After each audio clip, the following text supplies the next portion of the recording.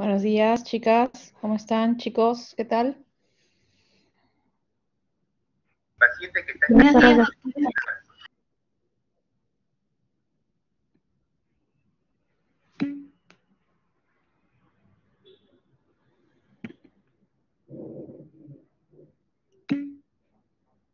¿Qué tal, Alessandra? Bueno, esperamos unos minutitos más a sus compañeros, si no ya empezamos. Por último, la clase va a estar grabada, pero eso sí, la asistencia es importante, ya es lo que más me están exigiendo.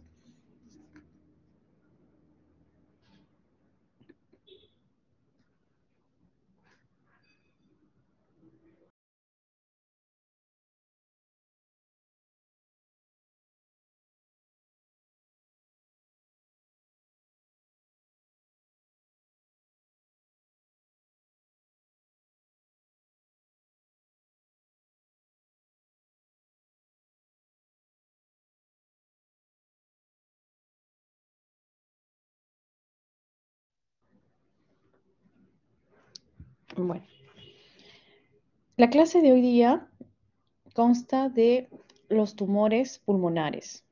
Los tumores pulmonares pueden ser de origen benigno, pueden ser malignos, primarios de pulmón, o pueden ser malignos porque es una metástasis de algún cáncer de otro órgano.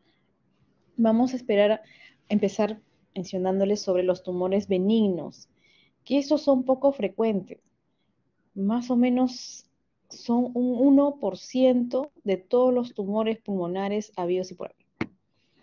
Entonces, son, los identificamos primero como nódulos, y un nódulo pulmonar solitario en el que lo iniciamos por casualmente, ¿no? Algún examen que hagan de rutina y empieza a aparecer una imagen radiopaca, características de las radiografías de tórax, o cuando se toma una tomografía y se evidencia la imagen, nos damos cuenta que cuando empezamos a estudiar la imagen, sus bordes son bien definidos, ya no son espiculados, parece dibujado con lápiz, respeta, no invade otros órganos, no sale de, de la ubicación del parénquima y su crecimiento es lento. Si nosotros evidenciamos por esas características y obviamente tenemos al paciente frente preocupado porque esa lesión no tiene idea si es benigno o maligno, lo único que sabe es que tiene algo ahí, entonces nosotros, ya como médicos especialistas, podemos decirle que vamos a estudiarlo, que vamos a hacerle controles, ya, porque el aspecto es benigno, el paciente no tiene síntomas, ha sido un hallazgo, entonces hacemos un control en 3 meses a 6 meses. Si vemos que este crecimiento casi es nada, sigue manteniendo la misma forma, sigue siendo con un borde bien definido, entonces estamos frente a un tumor benigno. Sus características, como las he puesto ahí, que su duplicación en tamaño es más de 450 días, en más de un año, y tienden a calcificarse. Entonces, si hablamos de los tumores benignos, ¿qué representan frente a todos los tumores que hay en el pulmón? Solamente es un 1%. Y por ende, por ser benigno, no hace metástasis. El tumor benigno más frecuente, del que siempre vemos en el caso, es que se aparece por ahí en las imágenes, en hallazgos, es el amartoma. El amartoma, como ven, está entre el 70 y 75%. ¿Y de qué está compuesto? Entonces, cuando se analiza, cuando se estirpa, como ven esta imagen, tiene el borde definido, no invade masa parénquima. Si lo empezamos a estudiar, la composición está por cartílago, tejido adiposo, músculo liso, ¿no? Por los vasos, que son todos los componentes que tenemos en el pulmón, solo que ha crecido un poco desordenado, pero los componentes son los mismos y no invade, está todo encapsulado, fácilmente se enuclea. Acá está un hematoma ya enucleado. Como ven, respeta, no ven que está sobresaliendo. No es bien fácil extirparlo cuando se enuclea, porque si ya estamos con la idea de que se trata de un tejido benigno, incluso cuando hay la duda y tenemos que entrar porque de repente este amartoma está ocasionando una compresión extrínseca de algún bronquio principal, y más que todo es la molestia, no tanto por la parte de malignidad. Entonces, es fácil extirparlo. Se va y se nuclea fácilmente y no tenemos que seguir sacando más pulmón porque no se trata de un tumor maligno en el que tenemos que tener en consideración ciertos márgenes para poder extirparlo. Entonces, crece a una velocidad de los tejidos circundantes. Como les voy a repetir, está compuesto por cartílago, por grasa, por músculo liso, ¿no? Corresponde a todos los restos embriológicos propios del epitelio respiratorio. Cuando son endobronquiales, ahí está el problema. Ahí sí nos da unos síntomas muy aparatosos de atelectasias, de irritación, de tos, de obstrucción, secreciones malolientes que son muy parecidos a otros tipos de los tumores como el papiloma, como los glandulares. Ahí sí tenemos que sacarlo y no tenemos que decir que es benigno y que se quede ahí, no. Ya está en un área importante que más ocasiona el daño, ¿no? Y crece lentamente y va molestando. Entonces, en ese caso, sí, pues si es endobronquial tenemos que extirparlo.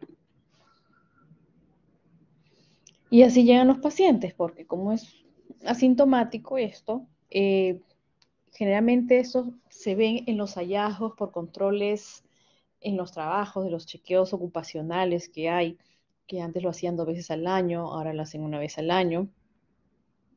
Y en una radiografía, como ven, se ve esta imagen radiopaca, ¿no? En forma de una circunferencia.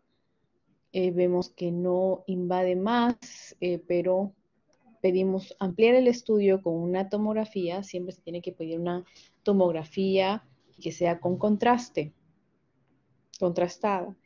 Lo vemos y en esta imagen, como ven, es una imagen, sigue siendo redondita, ¿no? Con un borde bien diferenciado, entonces nos aleja de la malignidad. Si pedimos un PET scan a estos tumores, que como lo ven acá también se puede apreciar un borde bien diferenciado, parece dibujadito con un lápiz, no hay espículas, es homogéneo, y cuando lo vemos en un PET scan, pues capta, ¿no? Esto enciende de esa forma porque está captando en el que representa que hay un aumento del metabolismo celular a ese nivel. Entonces está en una zona un poco peligrosa porque está cerca al ilio, empieza pues a obstruir vías aéreas principales y también a comprimir la arteria pulmonar derecha, como vemos aquí. Entonces, estos son los síntomas que dan la irritación, la tos. Ahora vemos el papiloma, que es otro tumor benigno pulmonar primario, que, bueno, va a seguir en frecuencia después del amartoma. Hay una relación con los serotipos 16 y 18 del virus del papiloma humano. ¿Ya? Es de origen epitelial porque se forma a nivel del epitelio respiratorio, sobre todo en los bronquios, tráquea, es lo que se va a ver. Se ve que está muy relacionado con el tabaquismo y puede malignizarse.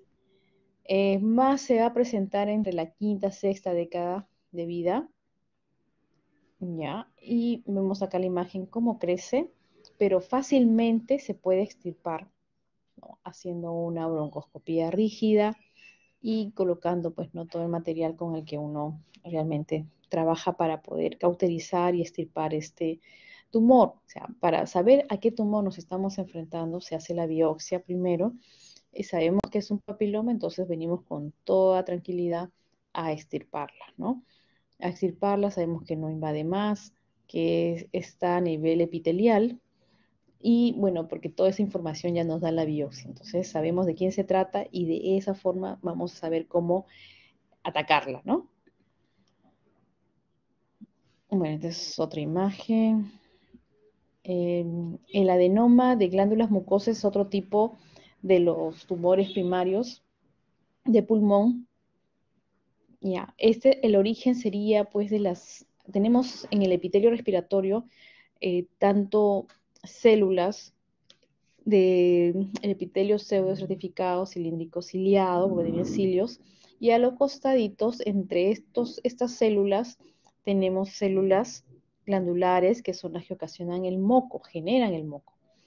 Entonces también hay tumor de este tipo celular. También ocurre que pueden presentarse a nivel endobronquial, dando pues los síntomas aparatosos como las atelectasias, como se ve en esta imagen, ¿no? Aquí atelectasiado la parte lingular, ¿no? Porque si lo vemos de perfil, no es el lóbulo inferior. Acá cuando vemos en esta imagen, uno podría decir, es inferior, no es superior, ¿no? Cuando lo ponemos de perfil, el lóbulo inferior está desde acá, donde está pasando la manito, y el lóbulo superior es todo ello. Pero por la ubicación de lo que está abarcando y comprometiendo, podríamos decir que es de la parte anterior, superior, y este es el área de la língula, que es el homólogo, se podría decir, del lóbulo medio, ¿no? Del lado derecho. Aquí, por ejemplo, lo vemos ya en tomografía, y en una tomografía se ve, pues, no está la telectasia. Entonces, por estos casos es que nos surge hacer la cirugía en extraer estos lóbulos, estos nódulos, ¿ya? Pero lo bueno es que son encapsulados, son benignos y pueden hacerse la resección sin ningún problema, ¿ya? Ahora vamos a ver los tumores malignos.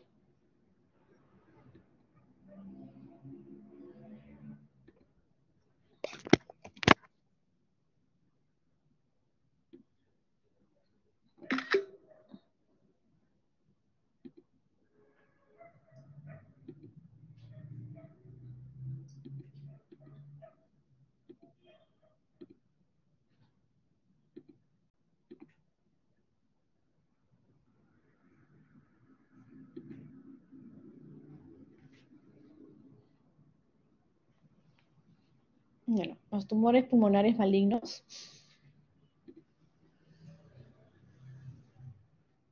según los estudios que se hicieron y se iniciaron desde la década del 50 del siglo pasado, del milenio pasado, estudios como metaanálisis se hicieron en Estados Unidos en el que pudieron concluir que el tabaquismo tenía la estrecha relación con el cáncer de pulmón.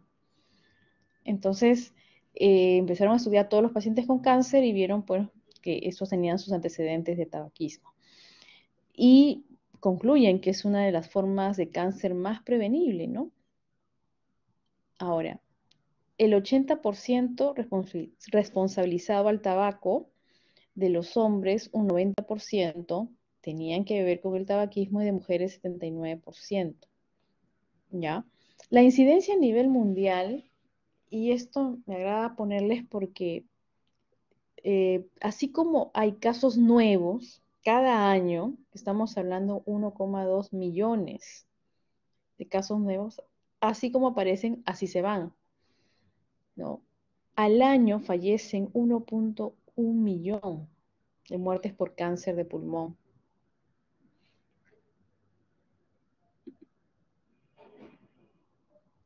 Es uno de los 10 cánceres más comúnmente diagnosticados y ocupa el primer lugar en frecuencia, sumando tanto hombres como mujeres.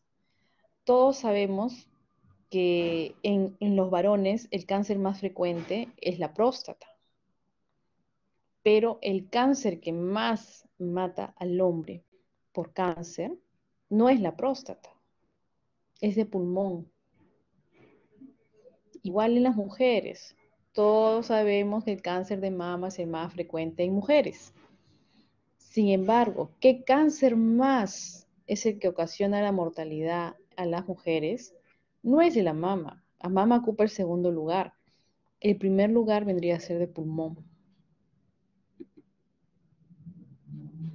¿Cómo se presenta este cáncer? Para empezar, muchas veces es silente, asintomático. Y cuando lo diagnosticas, ya está avanzado.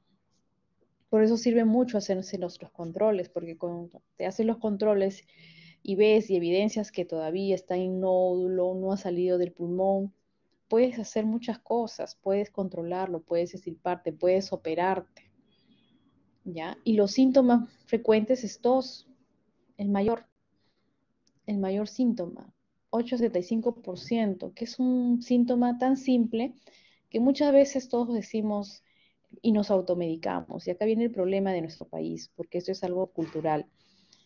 En otro país, así yo sea médico, yo no puedo ir y pedir una receta.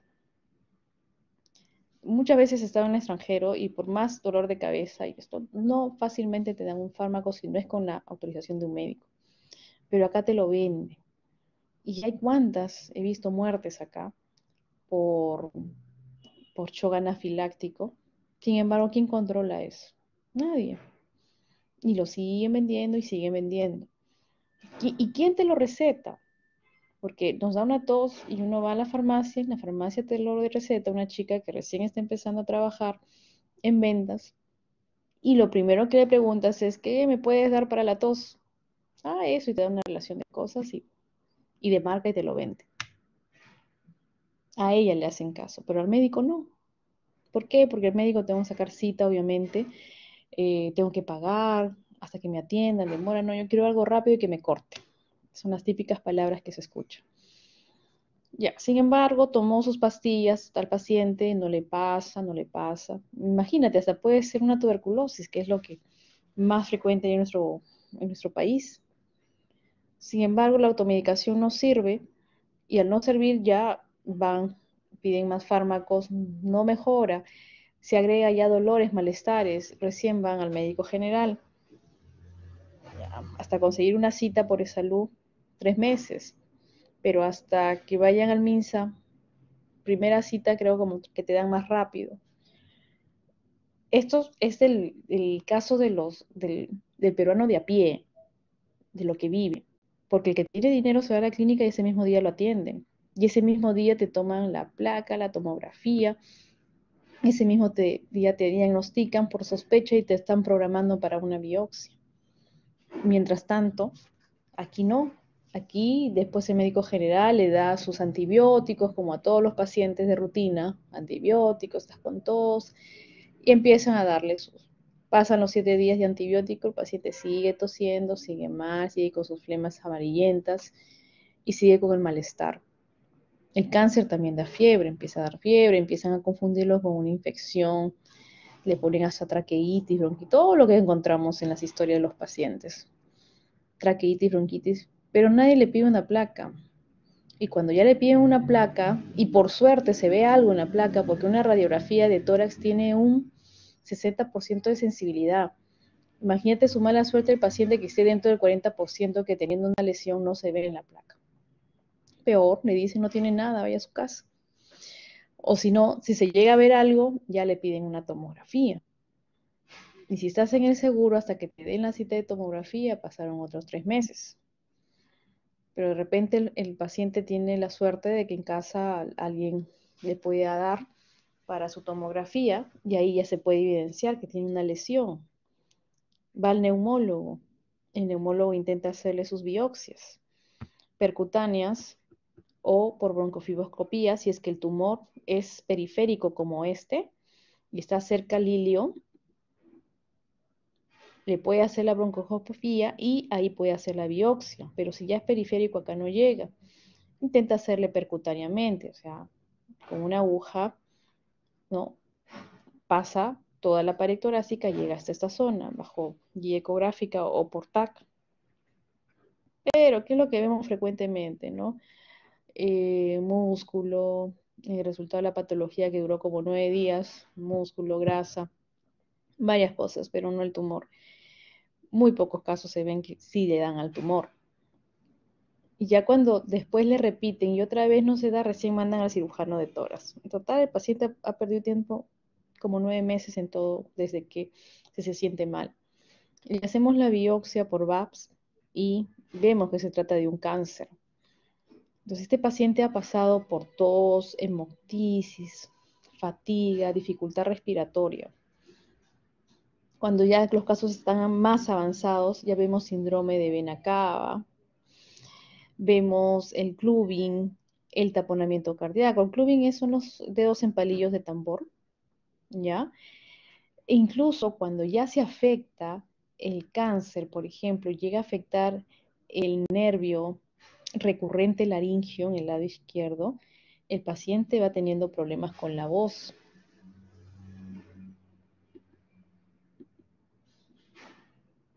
Ya. Entonces les decía, este cáncer de pulmón es silente, generalmente.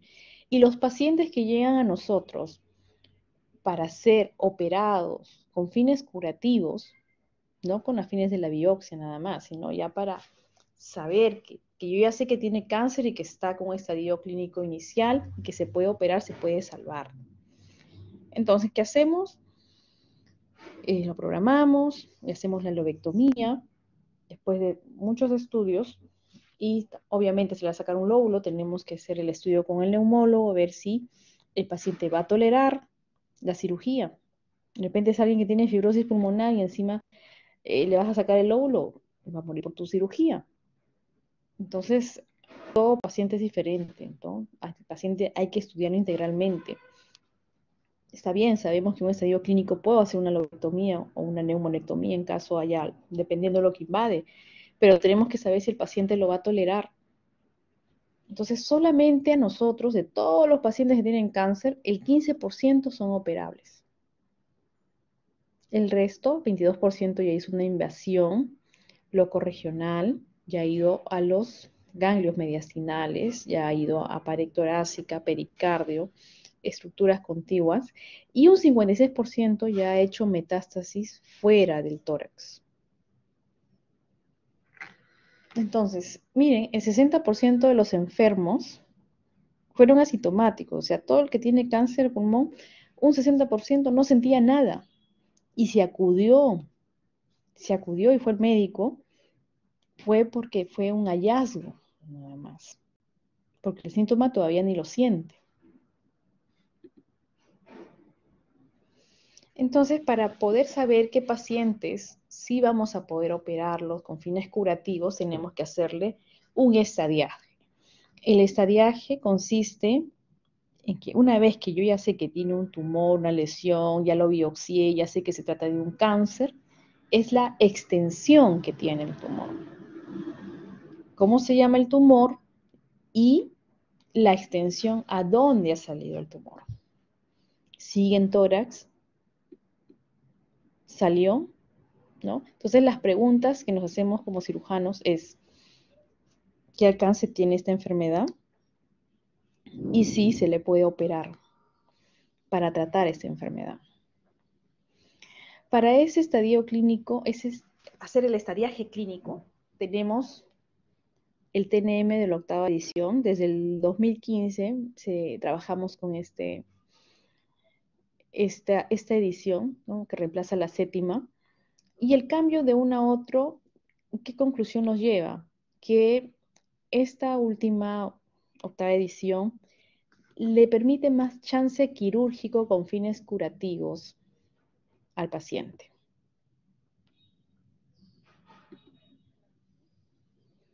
Empezamos con la T. T de tamaño, T del alcance que va a tener el tumor.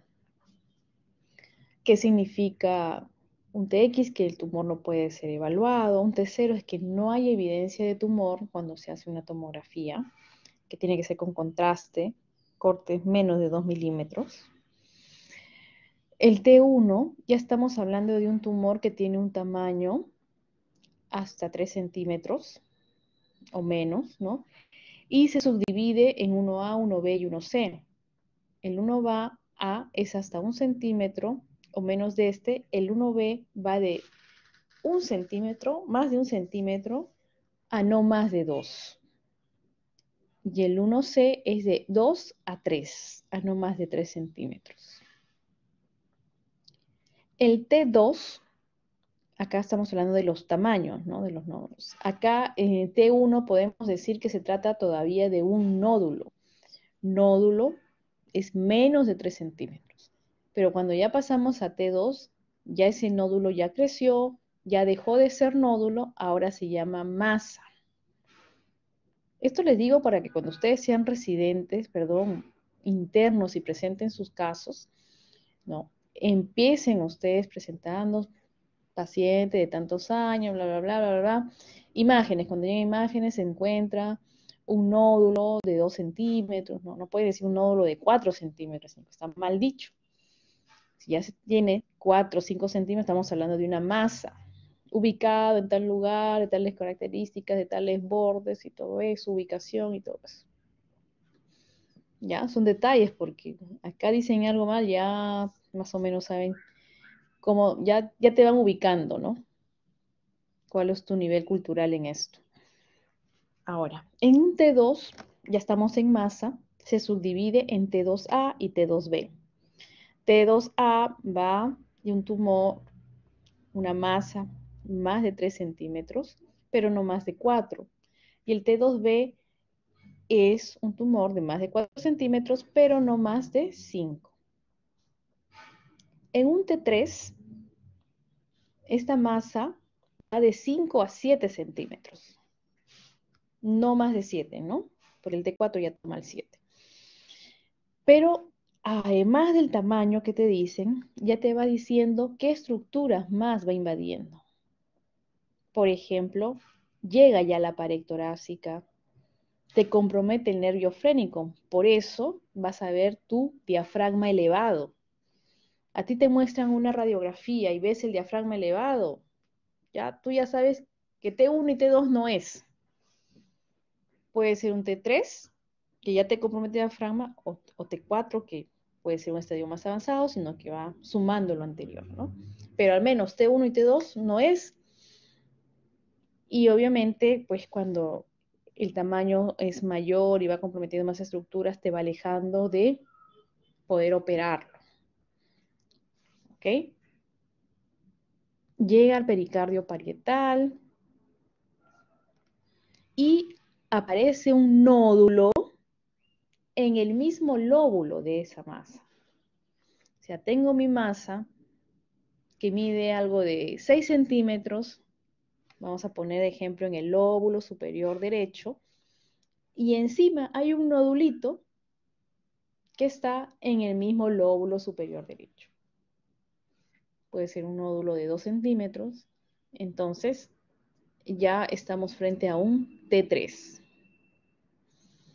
Un T4, ¿cuándo es un T4? Cuando la masa mide más de 7 centímetros y las estructuras que invade ya pues son corazón, grandes vasos, el nervio laringio recurrente. Acá el paciente ya no habla bien, ya no se le entiende, habla como borrachito, incluso no le sale la voz en algunos casos. Compromete esófago, cuerpos vertebrales, carina, ¿no? Y aquí vamos a ver un nódulo en otro lóbulo. Si mi masa de 7 centímetros o de 8 centímetros está en el lóbulo superior derecho, va a aparecer un nódulo en el lóbulo medio, ¿no? Ipsilateral.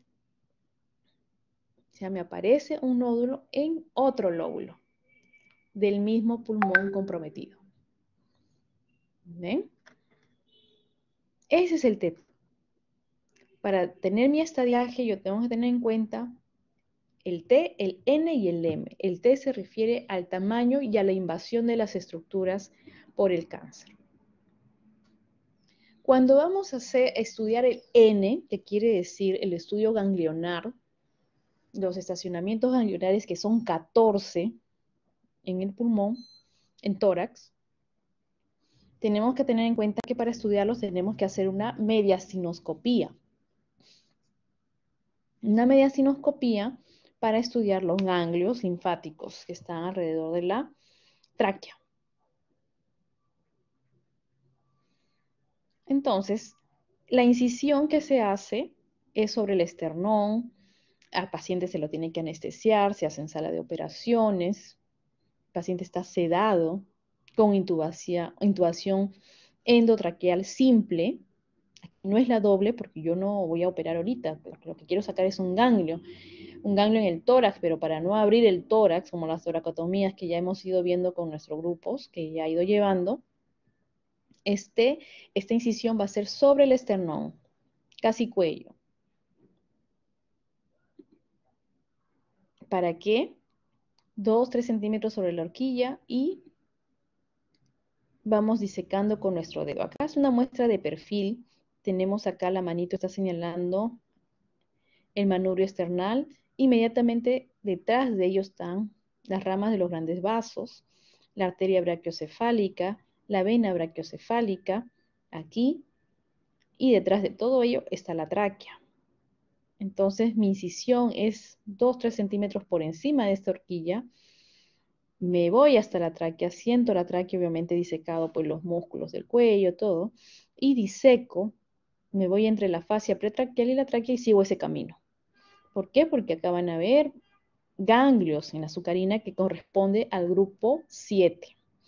Si los ganglios están sobre la vena ácigos, ya mi grupo lo sabe, ese grupo ganglionar 4R, R por right, derecha.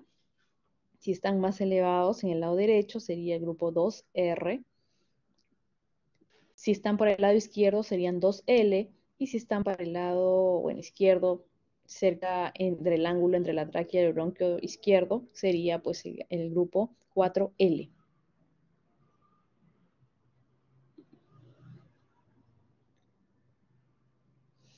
El mediastinoscopio se coloca de esta forma, como pueden ver. Miren cómo va, donde examina a nivel de la azucarina. Y teniendo el mediastinoscopio ya puedo ingresar mis pinzas, que son como torundas, que van a ir disecando, pelando para llegar a los ganglios. Y consiste en extirparlos.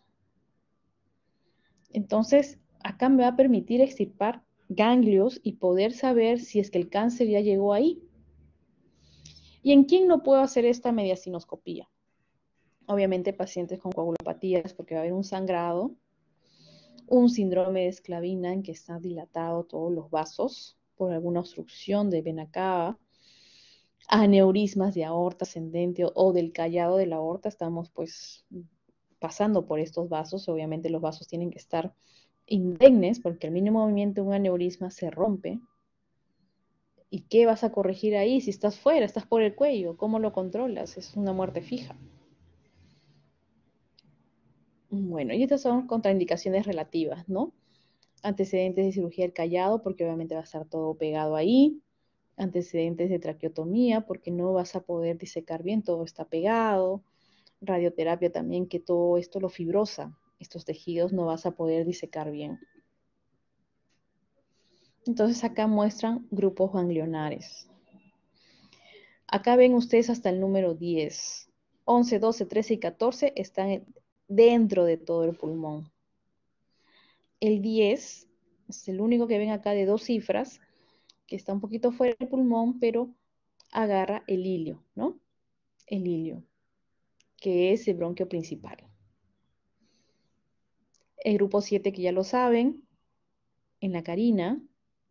El grupo 8, que va a esófago. Grupo 9, ligamentos triangulares, que son los que fijan al lóbulo inferior, al diafragma. El grupo 4R que ya les mencioné, cerca de la vena ácigos del lado derecho, 2R. Por ende también su correspondencia en el lado izquierdo. El grupo 6, que es el supraórtico, porque está sobre la aorta. El grupo 5, que está en la ventana aortopulmonar. El grupo 1, que está sobre las clavículas. ¿Ya? Seguimos. Bueno, el 3 no les había mencionado, porque el 3 está delante de los vasos, 3A, delante de los vasos, por eso se le dice los prevasculares, y el 3P son los que están delante de las vértebras, por eso se le conoce como los prevertebrales. Bueno, en este resumen, que estamos estudiando el grupo, los Ns, hay varias clases de Ns, ahorita lo van a ver, el N0, N1, N2, N3.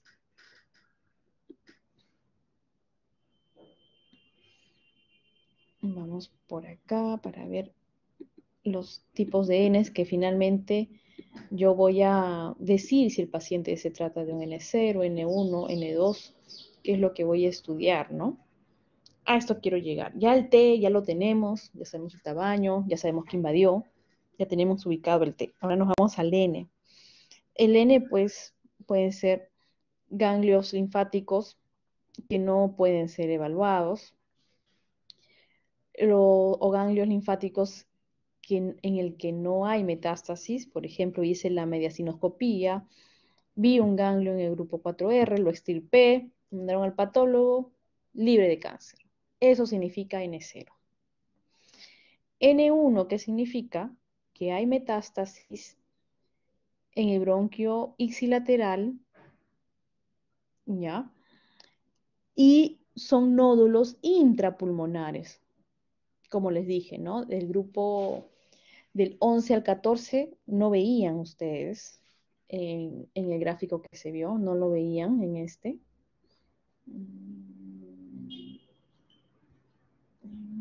¿Cuál estaba? Aquí. El 11, 12, 13, 14 están acá.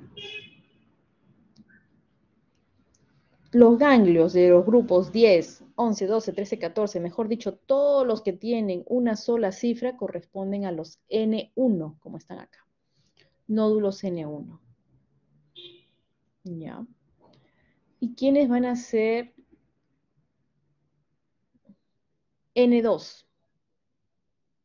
N2 es que ya hay metástasis ipsilaterales a nivel mediastinal y subcarinal. Ejemplo. Seguimos con el ejemplo de la masa que tengo en el lóbulo superior derecho. Entonces, supongamos, yo tengo mi masa acá. Si yo empiezo a estudiar los ganglios, hago mi mediastinoscopía y saco los ganglios de 4R, lado derecho, y me sale positivo ahí, entonces estamos frente a un N2.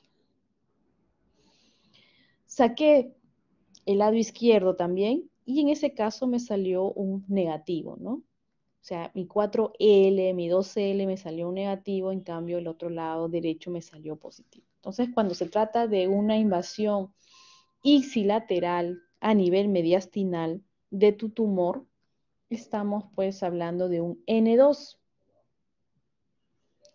Pero si en un paciente, seguimos con el mismo ejemplo, mi cáncer está en el lóbulo superior derecho, estudio con mi mediastinoscopio, estudio, y veo que ya está comprometido el lado izquierdo, es decir, contralateral a mi lesión, a mi cáncer, este ya es un N3. ¿Ya? Ya avanzó más. ¿Y quién más es un N3?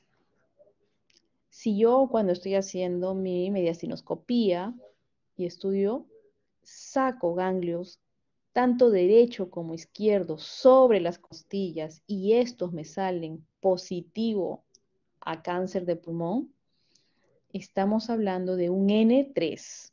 No me importa acá si sea derecho o izquierdo, si mi tumor estuvo derecho y mi ganglio del grupo 1 está en el lado derecho, ese ya es un N3.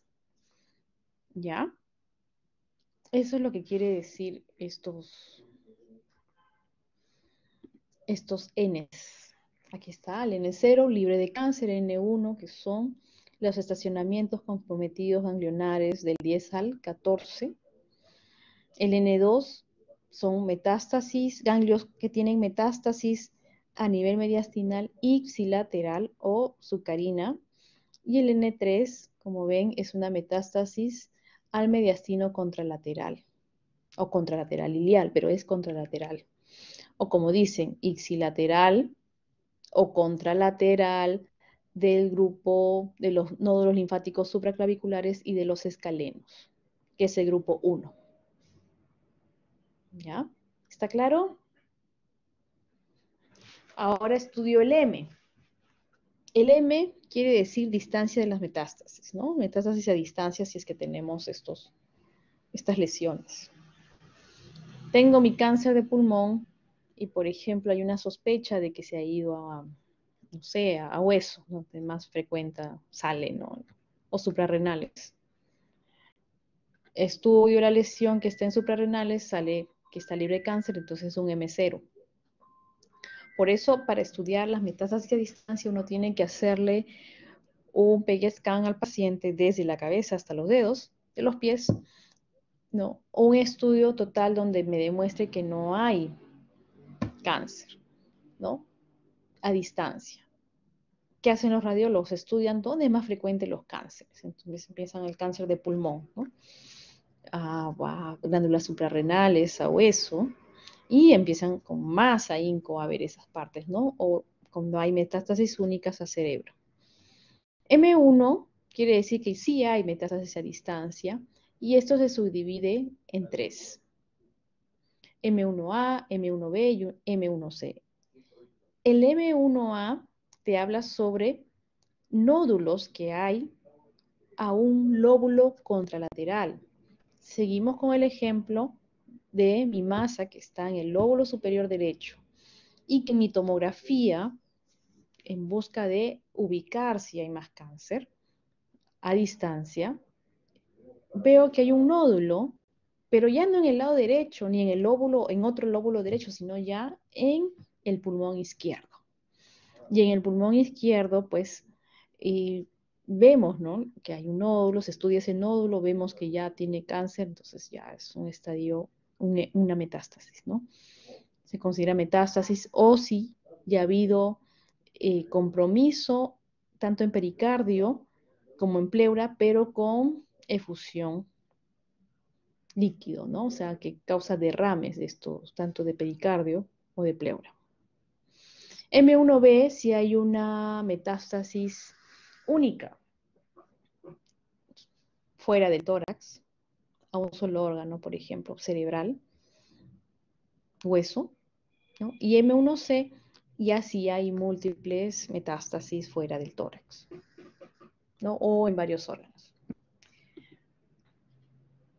Bueno, y al final llegamos a esta conclusión, ¿no? El TNM llega a esto, según el TNM 8 de la octava edición, en el que ya sabiendo el tamaño del tumor, lo que invadió, según el N, qué ganglio se ha comprometido, y según el M, si hay metástasis o no fuera del tórax, llegamos a esta conclusión y quedamos que los tumores, ¿no? Los cánceres pulmonares operables estarían aquí, lo que señala mi manito. Los 1A, 1B, 2A, 2B y los 3A, pero es 3A por el tamaño que hacen un 3A, porque están todavía en el N1. ¿Qué quiere decir N1? Que hay compromiso de ganglios, pero de los ganglios intrapulmonares y del 10º grupo ganglionar, ¿no? Ixilateral, obviamente. Pero el 3A, cuando se trata de un N2, este sí está en discusión. Estos 3A no, porque ya ha habido una invasión mediastinal y por ello es que ya ahí ya no podemos hacer nada quirúrgicamente. O sea, ya no hacemos la lobetomía o neumonotomía con fines curativos. Ya, entonces vienen ya todos los demás, que eso ya son inoperables y son manejos ya solamente por oncología y radioterapia. Veamos la estirpe, ¿no? En cuando hablamos de estirpe, estamos viendo que se trata cáncer pulmonar, tanto de células pequeñas, que es un 19 a 20%, como de células no pequeñas, que son las que más abundan, es un 80%, ¿no? Y menos de un 1% es otros tipos que no están dentro de estas. Dentro del gran grupo de células no pequeñas, se subdividen en varios, ¿no? Acá se está poniendo los más frecuentes, que, para conocer a grosso modo, ¿no? El adenocarcinoma es el más frecuente, en 40%, seguido por el escamoso o llamado también epidermoide o espinocelular, que tiene esos tres nombres, un 25 a 30%. Luego viene el cáncer de células grandes, en 10 a 15%, y los indiferenciados de 15%. El adenocarcinoma se subdivide en varios subtipos, pero los más conocidos es el clásico o el bronquio alveolar. Este es más frecuente en el adenocarcinoma en el sexo femenino. Se relaciona con el cigarrillo, que incrementa por 3, y una sobrevida a los 5 años entre 15 al 20%. Son tumores periféricos, a diferencia del, del tumor el epidermoide, que son más que todo tumores de origen central. Viendo los subtipos, el epídico es el que tiene un mejor pronóstico, ¿no? Caso contrario son los sólidos o los micropapilares que ya son de un peor pronóstico. Así son cuando los ubicamos en la periferia. Ahora, el cáncer de células escamosas o epidermoide o espinocelular, que tienen los tres nombres, se ubica más a nivel central, ¿no? Acá estamos viendo la carina, la tráquea, y ahí se metió, obstruyó, me generó una atelectasia. Como ven, en el centro se tiende a necrosar, es más frecuente en varones.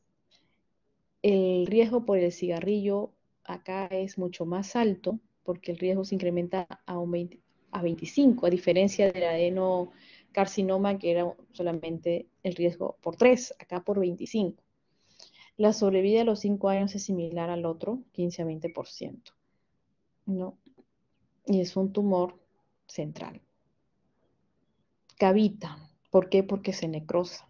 El crecimiento es más lento. Luego en el otro grupo estaban el cáncer de células pequeñas, poco frecuente, yo casi ni lo veo porque es tan agresivo que el paciente ni llega a operarse. Nunca lo he visto, nunca lo he tenido frente a ese cáncer. Es muy agresivo y en el microscopio se ve como granos de avena, por eso el nombre, ¿no? Y es el espectro más agresivo de las neoplasias neuroendocrinas. También se relaciona con el tabaquismo. Cuando lo ven, sus núcleos son muy grandes, hay un hipermetabolismo aquí tal que obviamente con un EPG scan se enciende totalmente, ¿no? Mucho más. Cáncer de células pequeñas, muy agresivo, como les digo, casi yo nunca he operado estos casos. Las metástasis a pulmón, es decir, tenemos un cáncer de recto, un sarcoma, y la metástasis va al pulmón. Generalmente nos llaman para hacer estudio de alguna lesión, ¿no? Cáncer de mama, por ejemplo, y en sus controles salió un nódulo.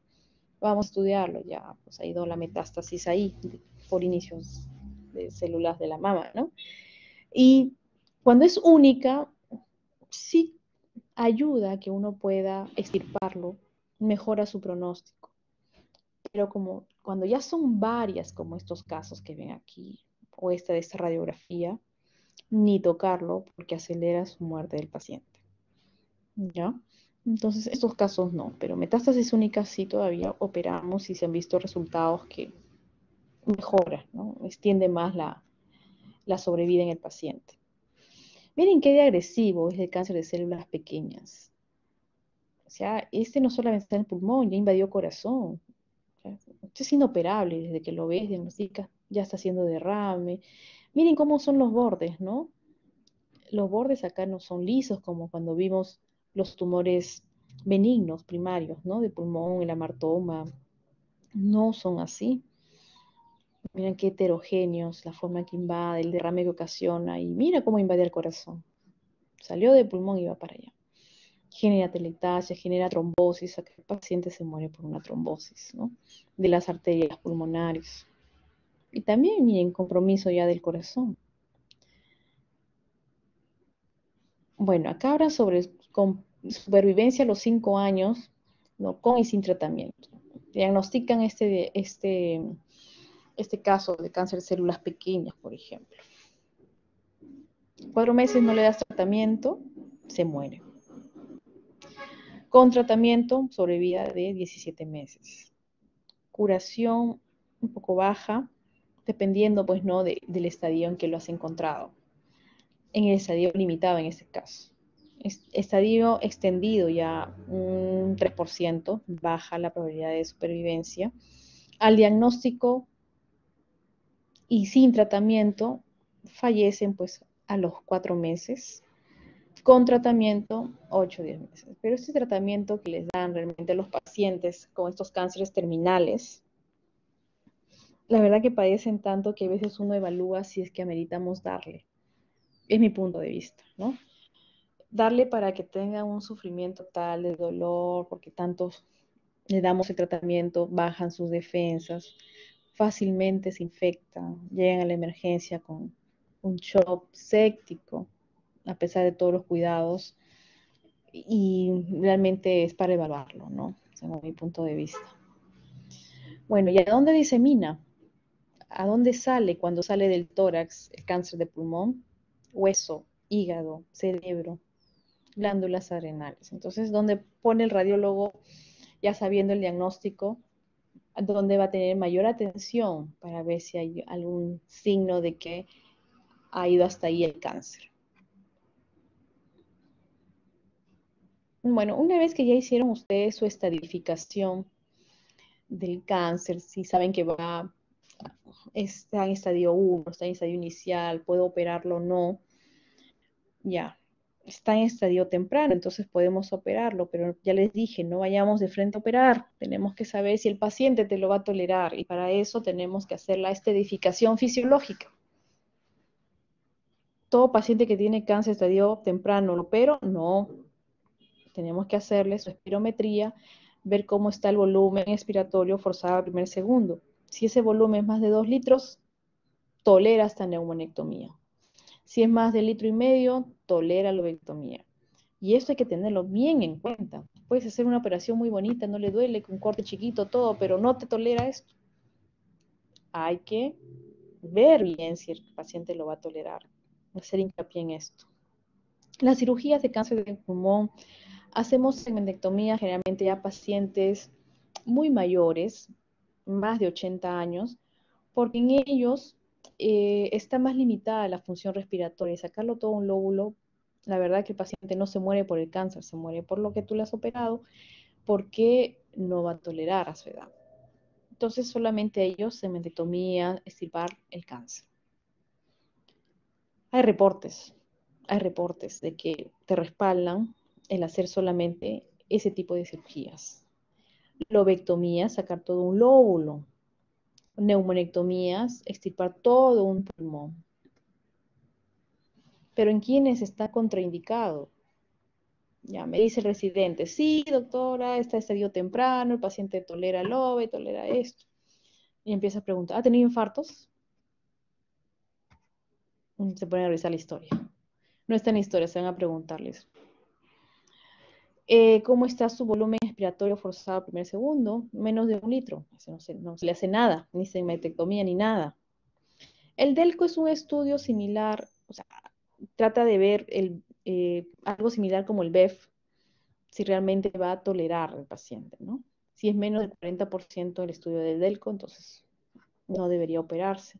Si el paciente tiene ya una hipertensión pulmonar severa y tú le sacas un lóbulo, esa hipertensión aumentará más, pudiendo llevar a la muerte. Y si su presión de CO2 es mayor de 45. Ustedes saben que el tope es 45. Si es mayor que este, mejor ni se le toca al paciente. A ver, chicos, preguntas.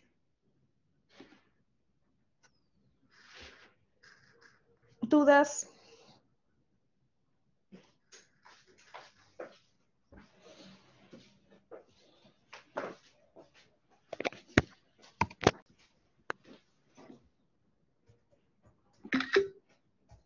Listo, chicos. Si no hay preguntas, hasta acá queda la clase teórica. Nos vemos. Gracias, doctora. Gracias, doctora. Gracias.